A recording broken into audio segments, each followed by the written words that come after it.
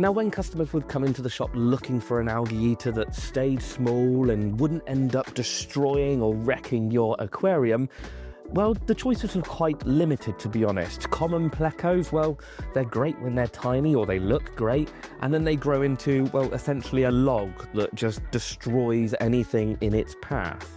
Things like sucking loaches or Chinese algae eaters, depending on what you want to call them. Again, great when they're tiny, look brilliant, look hardworking, but eventually they are going to grow up. They get a bit bossy and a bit territorial, and sometimes they can even start sucking on the side of your fish. So you were quite limited when it came to tiny algae eaters. But the Otocinclus, this tiny little algae eater that we've got in here, is different. They are peaceful, they are chilled out, they are fairly hardworking, but there are quite a few things that you need to be aware of to, well, make you successful with keeping them.